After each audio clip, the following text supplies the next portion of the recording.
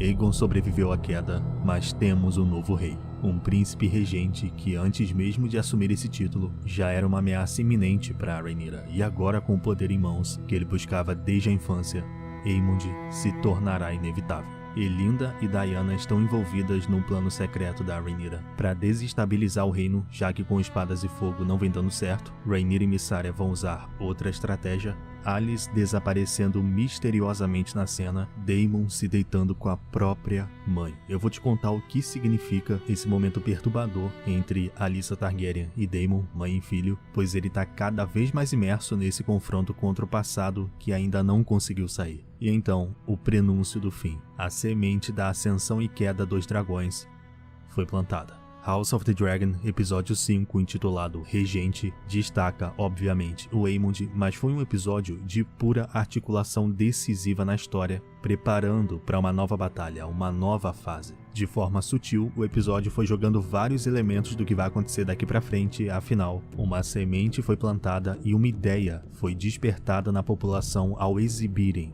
a cabeça da Meleys. A ideia de que é real, que é possível alguém matar um dragão. Aí você fala, né? Aí você pensa, mas todo mundo sabe que dragão pode ser morto. O Arrax foi morto semanas atrás na série, todo o continente soube. Isso não é novidade, dragões nascem, dragões morrem. Sim, exatamente. Na teoria, não era pra ninguém ali ficar surpreso com a morte da Meleys e, de repente, só agora desbloquear a ideia de que dragões podem morrer. Porque ao longo da história, diversos dragões morreram de diversas formas. Meraxes, que é possivelmente o crânio que tá em Dragonstone, que a Rhaenyra fica olhando o tempo todo, morreu pra uma Scorpion, bem parecido com a forma que o Rhaegal da Daenerys foi abatido. Só que o detalhe que muda tudo tá aqui. O que a gente sabe, o que a gente pensa e o que a série tem como objetivo são coisas diferentes. O povo comum, apesar de já ter no consciente que dragão morre, e isso talvez, né, porque esse povo aí não tem nem o que comer, então talvez eles não tenham conhecimento do passado Targaryen, da história de Westeros, porque a preocupação é o que eles vão comer amanhã, mas digamos que saibam que seria o mais óbvio, o mais lógico. O povo só percebe de verdade que a morte pode ser lançada num dragão ao presenciarem a impactante imagem da Meleys decapitada. É como se a ideia de que um dragão pode ser morto tivesse tão distante da mente do povo que só com uma imagem explícita de um dragão abatido que eles se tornaram capazes de ver que é real. Nós podemos matar um dragão. Eles não são deuses. E quando eu digo nós, eu tô me referindo a qualquer um daquela multidão. Qualquer um. Agora, para eles são só carne. Aquele misticismo do dragão ser um deus invencível caiu por terra na ótica dessa população, e isso vai causar uma consequência inacreditável na capital. E olha só, a cada segundo que passa, o alimento só fica mais escasso. O povo tá roubando um do outro para conseguir se alimentar. E se dragões não causam mais tanto medo na população, o que vai impedir essa população de se revoltar contra tudo e contra todos? Um governo deve temer o seu povo, ainda mais um povo com fome, sem o básico. Pode até não ser hoje, não ser amanhã, mas uma hora essa revolta vai explodir de uma forma que ninguém vai conseguir conter. E esse momento aí que você tá vendo é o ponto de partida, é a origem para o que vai acontecer no futuro. E por isso que a passeata da Meleys, além de ser a cena mais controversa do episódio 5, exatamente por ela gerar esse debate, né, se o povo deveria ficar surpreso ou não ao presenciar um dragão morto, ela também foi mais um erro do Criston Cole. E ele percebeu o erro durante a marcha da vitória, que se transformou numa derrota. A ideia do Criston Cole em fazer essa marcha, a expectativa, era que o povo honrasse e vibrasse com a vitória carregando a inimiga do Aegon como troféu, até porque o povo não sabe o que realmente aconteceu na batalha, né? Eles não estavam lá. Então se o Criston chegasse com uma postura de vencedor, que foi o que ele tentou fazer, todo mundo ali poderia vibrar com a vitória. Mas imediatamente Criston percebeu que essa marcha causou um efeito inverso.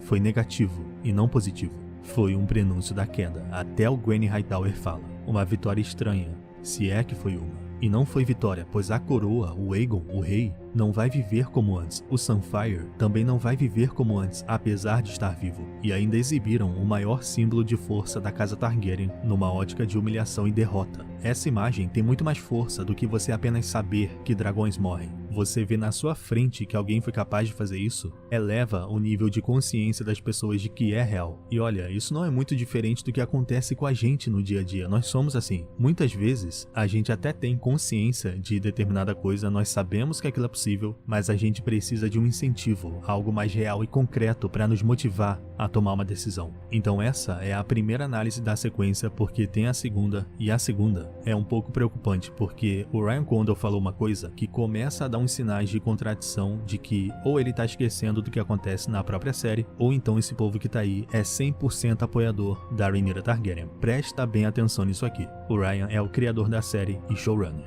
Ele falou que a Meleys é um dragão amado pela população e que voou por essa cidade centenas de vezes, isso é fato, só que ele também quis dizer que o povo reagiu mal exatamente por isso, por ver a Meleys derrotada, morta.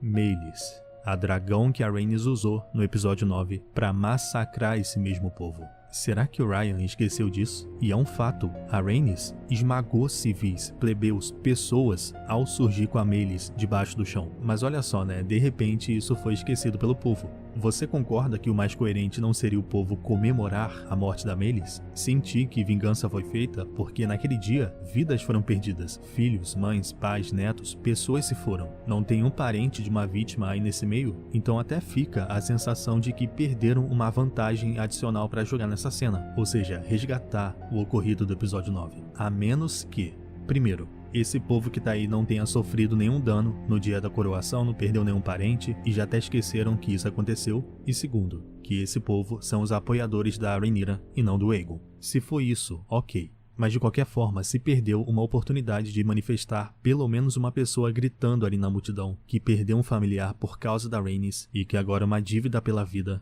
foi paga. O excepcionalismo Targaryen, o status endeusado e invencível que a casa tem, tá dissolvendo na cabeça das pessoas.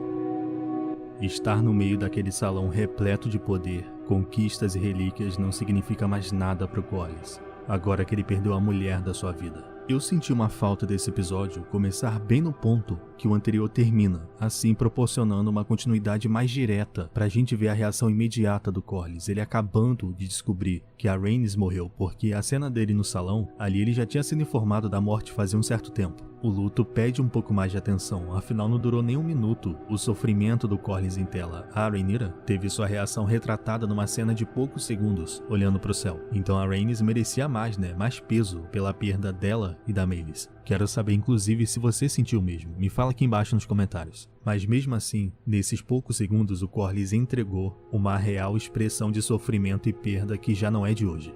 Corlys perdeu a Laena, ele pensa que perdeu o filho, agora foi a esposa. Hoje é possível que realmente tenha se tornado realidade e o Laenor esteja morto pela reação do Smoke que estava inquieto, agitado nos episódios anteriores, porque esse tipo de comportamento pode significar que o montador daquele dragão foi morto, que Laenor Velaryon morreu de verdade e o Smoke foi capaz de sentir o vínculo sendo rompido. Para quem não lembra, o Laenor forjou a própria morte para poder viver em liberdade, fazer o que quiser. Então, nos últimos tempos, o Corlys está lidando com poucas vitórias e muitas perdas. Rhaenyra não queria exatamente explorar a dor do Corlys para trazê-lo para perto do Conselho, mas no meio de tanto estresse e discordância entre ela e os homens do Conselho Preto, a Rhaenyra agiu bem em oferecer o cargo de mão do rei para o Corlys logo após a morte da Rhaenys, porque, querendo ou não, ele aceitou o cargo por existir um misto de sensações dentro dele, sendo uma delas a vingança. Ele até segura firme e aperta o broche de mão do rei, pois é quando ele silenciosamente toma a decisão de aceitar ser mão da rainha, voltar a perseguir o poder e talvez no meio disso se vingar pela Rhaenys. Rhaenyra foi esperta em fazer isso bem rápido.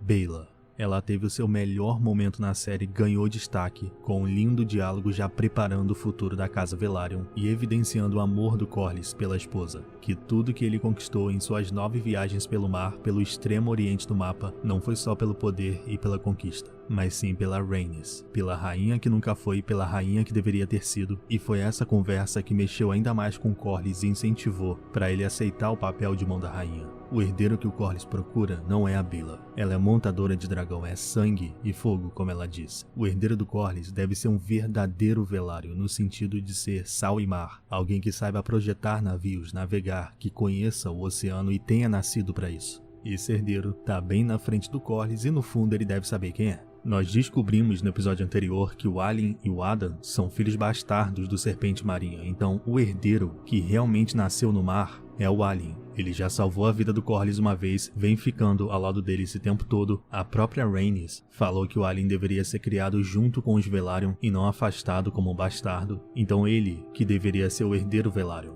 Ele é Sal e Mar. É muito importante lembrar disso, porque o final do episódio se vincula com o Adam e o Alien. Ambos possuem sangue valeriano, são bastardos, mas isso não anula o sangue de Valyria em cada um deles. Assim como o Wolf também se revelou ser um bastardo Targaryen vivendo escondido. Bastardo vive escondido porque se ele for descoberto, ele provavelmente vai ser morto para não herdar absolutamente nada. Todo episódio pós-batalha é lento, e é normal ter um episódio calmo para recuperar o fôlego, né? Depois de uma batalha daquele nível. A lentidão não é necessariamente chata se o que tá acontecendo é bem montado, bem escrito e avança na história. O episódio até tem uma montagem um pouco estranha na sensação de passagem de tempo. É meio confuso, você não sabe quanto tempo se passou em cada cena. A House of the Dragon sempre foi assim, né? Mas ele avança bem. E o que ele faz ainda melhor do que avançar a história são as cenas do lado verde que se destacam com muita qualidade, desenvolvimento e consequência.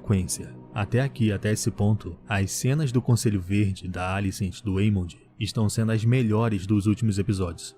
Por quê? Rhaenyra e Daemon estão presos num arco que ainda não foi resolvido. Rhaenyra nem tanto, né? É o Daemon principalmente. Tá levando vários episódios, então lá é um pouco mais repetitivo. Daemon sonha a todo momento, ele não avança em Harrenhal. Quando ele finalmente pensa que vai conseguir um exército, ele não consegue, ele dá um passo pra frente e dois pra trás. E Rhaenyra precisa de um exército. Ela não tem poder em terra, só no ar com dragões. Mas enquanto isso, o Daemon tá vivendo uma espécie de redenção. E Rhaenyra se vê presa no Conselho Preto. Ela quer ir pra guerra, mas não pode, porque ela é a coroa. Ela não pode se arriscar igual o Aegon fez. Por muitos episódios ela buscou a paz pela conversa, o conselho dela discordava, ainda é um pouco assim, então é um arco que demanda a paciência de quem assiste. E tá tudo bem quanto a isso na história, porque é isso aí mesmo. Cada conselho tem uma proposta diferente. Rhaenyra e Rhaenys buscavam conciliar o reino. Aemond e Criston Cole têm um pensamento oposto, então do lado verde tem mais coisa acontecendo, estratégias diferentes. E foi aí que o rei caiu. O que aconteceu com ele foi tão destruidor que precisaram esconder o corpo do Aegon da população, ninguém podia ver. E a sensação de primeira é como se ele tivesse morto. As irmãs silenciosas, as servas do estranho, que é a morte na fé dos sete, chegaram no quarto, já esperando que o Aegon tivesse morto, para então preparar o cadáver. A cena alonga essa caminhada do corpo do Aegon até a cama exatamente para causar tensão, suspense, de você querer descobrir se ele tá vivo. E se ele estiver vivo, você também quer ver o estado que ele tá. Durante todo o trajeto foi nisso que eu fiquei pensando. Tem que mostrar o Aegon, eu quero ver como ele tá.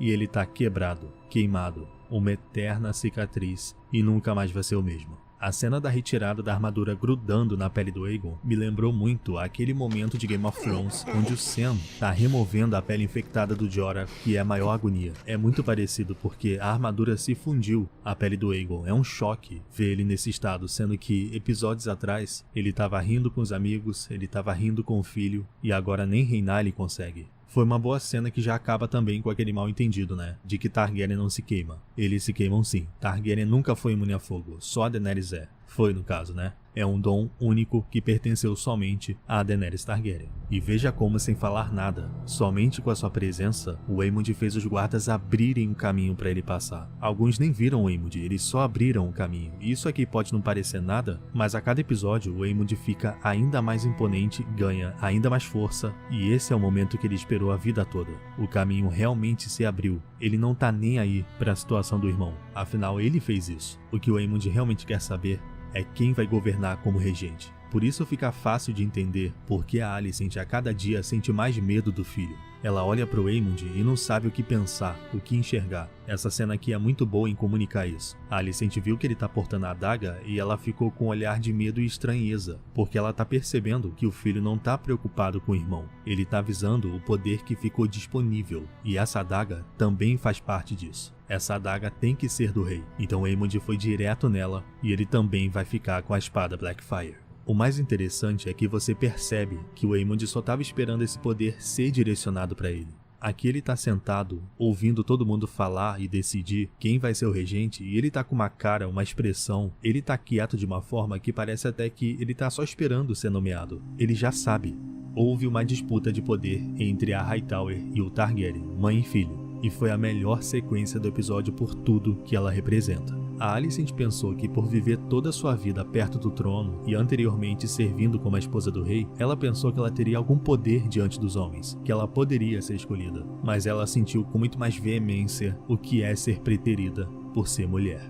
Recusada por todos os homens do pequeno conselho. Só o mestre apoiou a Alicent, mas logo ele foi ofuscado e a Alicent foi recusada inclusive por aqueles que ela tem mais intimidade, como Larys, por exemplo, e o Criston Cole, que se relaciona com ela, se relaciona da forma mais íntima possível. Mesmo assim, a Alicent Hightower foi deixada de lado, assim como Rhaenyra Targaryen, porque o que nós estamos presenciando é o reino dos homens. House of the Dragon, a origem de toda essa guerra é uma só. Os homens preferem incendiar o reino do que ver uma mulher governando. Ela nunca venceria a disputa pela regência. A Alicent olha pro Criston ainda buscando uma última ajuda, ele fica meio que sem jeito, mas no mundo que eles vivem, o Aemond, além de ser o próximo na linhagem, ele vai ser a escolha mais óbvia. Ele é homem, tem a Veiga, é uma figura forte, tradicional, e a Alicent é apenas a rainha viúva na ótica de todos eles. O papel da Hightower termina quando um homem se senta na mesa. Com certeza, foi a cena com a maior qualidade de escrita do episódio por ela significar tanto. Isso aqui é subtexto. É falar, comunicar, nos fazer sentir o que está acontecendo sem ninguém dizer nada. Tudo foi expressado somente nesse foco na Alicent Hightower, na respiração, no olhar. Os homens estavam falando ao redor dela, em vez de falar com ela. Da mesma forma que a Rhaenyra já se sentiu por muito tempo nessa mesa. A Rhaenyra jovem tinha várias ideias políticas que o pai e o conselho ignoravam, não queriam nem ouvir, por ela ser mulher. Excelente atuação da Olivia Cooke nesse momento, contendo a frustração. Ela é muito expressiva, é como se, no fundo, ela soubesse que poderia exercer a função de rainha muito melhor do que todos eles, caso ela fosse a escolhida, mas ela nunca vai poder demonstrar isso. Ela foi jogada de lado por todo mundo. Ela sempre brigou pela tradição dos homens no trono, ao invés de procurar fortalecer um pouco do lado feminino junto com a Rhaenyra. E isso seria benéfico para a própria Alicent, porque olha como ela é jogada de lado facilmente. Então as janelas de liberdade que a Alicent abria de vez em quando na prisão que ela vive, estão se fechando cada vez mais. É claro que isso não é culpa só da Alicent, porque ela sozinha não vai mudar o mundo, e desde cedo ela foi doutrinada pelo pai, e isso dificulta demais, mas sim, ela tem uma parcela de culpa nisso, e provou do próprio veneno intensamente. Ela vai ser obrigada a presenciar o filho que ela sente medo, que ela desconhece quem é, ganhando ainda mais autoridade sem poder fazer nada quanto a isso. E vou te falar, não tem jeito, no fim, todos caem diante dos Targaryen, e esse poder, até o Criston Cole, que como eu falei na análise do episódio anterior, tá sentindo o impacto, o peso da culpa, tá quase que traumatizado. Quando dragões chegam e dominam o campo de batalha, nada mais pode ser feito, os homens se transformam em nada, e quem domina são dragões. Então o Criston emocionalmente tá caído de joelhos nesse episódio, diante do que ele viu. Raramente se vê interação entre Helaena e Aemond, mas eu tenho a sensação de que a Helaena é a única que o Aemond para ouvir. Ele respeita a irmã sem se crescer pra cima dela como ele faz com a mãe, com o Aegon e todo o resto. Foi uma cena curta e o Aemond nem respondeu, mas a sensação que fica é que por trás de toda essa frieza, Aemond tem um respeito especial pela Helaena, e ele a ouve. E aqui foi uma cena de vazio, silêncio, mas que significou muito. Ele estava diante do seu maior desejo. O que eu mais gostei foi que a primeira ordem do Aemond após se tornar regente foi remover os corpos dos caçadores de rato que estavam lá até hoje, em exibição na cidade por ordem do Aegon. Ele já chegou consertando os erros do irmão, porque é uma burrice fazer isso, né? Enforcar e exibir homens inocentes e culpados na capital como se isso fosse o certo. As ordens do Aemond foram imediatas porque ele já está pronto para isso há muito tempo. Na primeira temporada, o Aemond fala que ele tem o conhecimento, ele estudou, tem a habilidade e o mental para desempenhar esse papel. Então, quando o momento chega, ele só assume como se tivesse experiência no que está fazendo. Frieza pura. A estreia da Jaime Arryn na série A Donzela do Vale foi uma belíssima surpresa, porque ela não abaixou a cabeça para Rhaenyra, como muitos fariam. Ela quer o prometido, proteção, para não virar um alvo fácil. Todo mundo percebeu, né? Esse é o ninho da águia de Game of Thrones, no Vale de Arryn, uma linda paisagem, e eu já gostei demais da personagem porque a rigidez da Jaime faz sentido, é justificável. Rhaenyra enviou a Rhaena pro Vale com ovos, e não dragões prontos para batalhar e defender o vale. A Jane tem seus próprios interesses, mas nem é só isso. Ela tá preocupada com a segurança de todo mundo que tá ali. Como que um filhote de dragão vai defender o vale? E outra, não é só a Rhaena. Os filhos da Rhaenyra que estão lá, um monte de criança, podem ser alvos e reféns na guerra. Ou seja, o Vale de Arryn se tornaria alvo se alguém decidisse ir atrás dos filhos da Rhaenyra. O ninho da águia é quase impossível de ser invadido com exército, mas se o ataque vier do céu, se forem dragões, já era. Cadê o dragão para protegê-la, caso isso aconteça? Então minha primeira impressão da personagem foi excelente justamente por isso. A Jane teve personalidade, ela não foi só mais uma que abaixou a cabeça pra qualquer coisa. Isso aí já tem demais. É muito bom, né, ver personagem feminina assim. E a Rhaena, coitada, essa aí tá se esforçando pela Rhaenyra, protegendo os maiores bens da rainha, que são os seus filhos e o futuro da casa Targaryen dentro daqueles ovos. Você reconheceu essa menina? Ela já tinha aparecido antes nessa season, trabalhando no bordel que o Aemond frequenta. Ela é a Diana, uma das antigas servas da Red Keep que o Aegon abusou terrivelmente e muitos até esqueceram disso. Mas ela é a mesma menina que foi calada na temporada 1. A Mysaria, numa frase muito interessante, menciona que há mais de uma forma de se lutar numa guerra, então podemos entender que esse plano de enviar a Elinda até a capital em segredo para encontrar com a Diana é uma articulação para trazer o povo pro lado da Rhaenyra sem o uso da espada. Isso é muito importante. A Mysaria sabe o que o povo quer porque ela é o povo. Ela ouve, enxerga e sabe tudo o que eles fazem. Fora que a Mysaria sabe jogar com o pouco que ela tem. Então o plano, pela movimentação e pela frase "o que você não pode fazer, deixe que os outros façam por você", provavelmente vai ser um plano para fazer algo muito benéfico pelo povo, deixando que todo mundo saiba que esse benefício foi entregue pela Rhaenyra, e então o povo ficará do lado dela. A articulação mais óbvia seria a Rhaenyra entregar comida para a população que está passando fome, mas ainda é muito cedo para entender o que é e por que precisam da Diana para isso. Aqui não tem jeito, só vamos ter certeza vendo o episódio. Daemon se tornou seu próprio inimigo em Harrenhal e a jornada dele ainda não chegou ao fim. Daemon deve ter mais visões e por isso que eu ainda não postei o vídeo sobre Harrenhal. Eu tô aguardando esse fechamento que vai se tornar uma espécie de redenção pro Daemon Targaryen, porque essa autorreflexão e conflito com as visões se trata muito disso. Daemon se vê diante dos seus erros em forma de visões que estão chegando pra cobrá-lo, por isso tá demorando tanto e tá tão repetitivo. É o Daemon passando por cada fase da sua vida por meio das alucinações e da influência da Alis. E o que a história também está proporcionando é quase uma inversão de papéis entre Daemon e Rhaenyra. Daemon vai ter que aprender a ser mais cauteloso, recuar nas suas ações, rever cada passo que foi dado, assim como Rhaenyra vinha fazendo esse tempo todo. E agora, Rhaenyra está começando a ser mais agressiva. Ela vai convocar novos cavaleiros pro Vermithor, Asa Prata, Smoke e avançar cada vez mais na guerra sem conversas. Coisa que o Daemon sempre quis fazer. Quando a Laena Velaryon aparece, o que ela faz? Ela cobra o Daemon sobre as filhas. A gente até esquece e não vincula às vezes, mas Bella e Rhaena são filhas do Daemon. Nem parece, né? Porque elas nem interagem com o pai. O Daemon ignora completamente as filhas. Então, o que essa visão significa?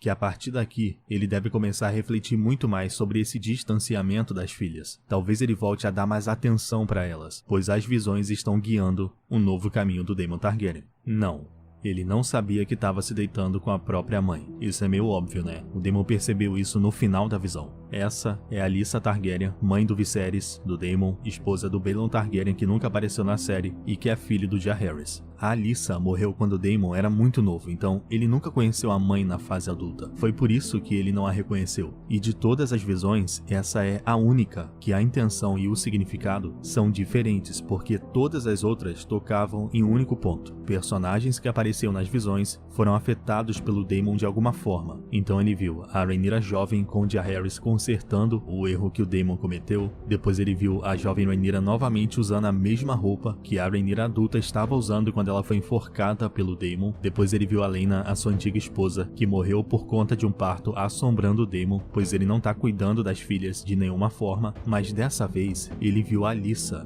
Então qual o significado dessa visão? Depende muito do objetivo da série, que eu imagino que seja criar uma redenção e transformação do Daemon no final desse arco, e quem sabe ele passar a servir a Rhaenyra sem questioná-la de uma vez por todas. E o significado começa aqui. O Daemon não visa o trono em si. ele deseja a posição de poder. Daemon quer ser amado de forma inabalável, incondicional. Portanto, ele não ter sido herdeiro o magoou porque o Viserys tomou a confiança, o poder das mãos do Daemon quando nomeou Rhaenyra como a sucessora do rei. Ele perdeu essa posição para a sobrinha. Talvez o Daemon sinta que não foi tão amado pelo Viserys por causa disso. E aí ele mistura poder, amor, confiança com o desejo de estar acima de todos e se transforma numa coisa só. Se transforma na mãe dele. Tanto que ela fala: "Você foi o meu favorito." A Alyssa Targaryen falou tudo que o Daemon quer ouvir, que o Viserys não tinha a força do Daemon, que ele não foi feito para usar a coroa, mas o Daemon sim, pois é isso que o Daemon quer ser. Ele deseja cada elemento desse que eu acabei de citar. Ele quer ser o único, o favorito, o que todos confiam e precisam. É quase algo narcisista, e é exatamente esse tipo de sentimento que vive afastando todos do Daemon.